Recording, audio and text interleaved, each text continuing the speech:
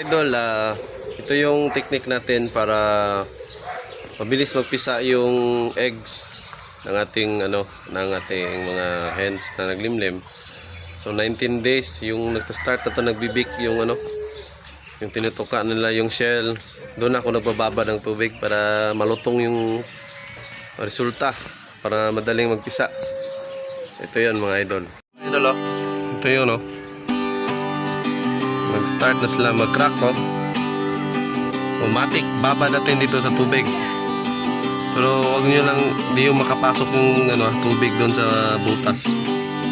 Dito lang. Lulutong yan. Madaling magpisa yan.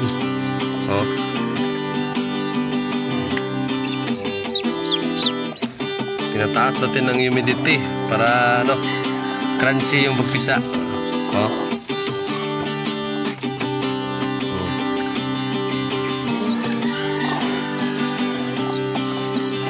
Yan. Isa pang itlog ito.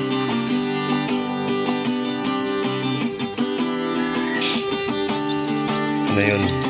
Result niya, isa lang yung hindi napisa. 8. Walang sisyo. Iba talaga pag hinats. Walang defect.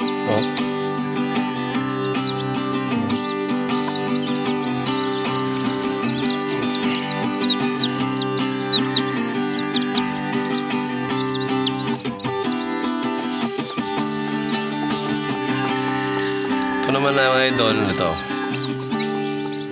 simula na siya mag-crack, so ibabad natin dito sa tubig.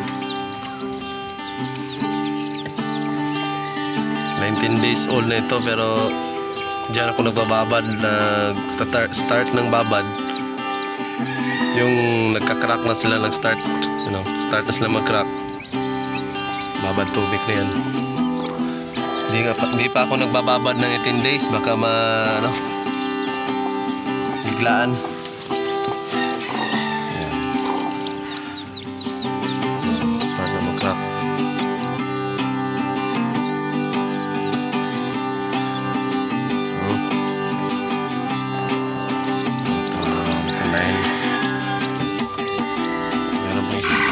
Meron isa, bukas pa ito. Wala pa. Masik siya.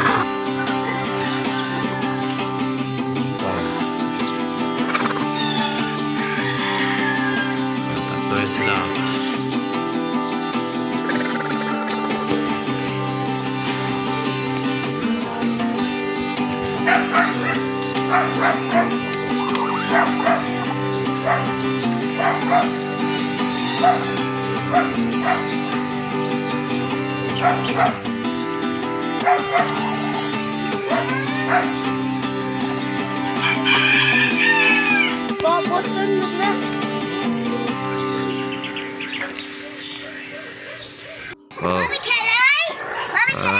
Bukas pa ito. Yun lang mga lodi.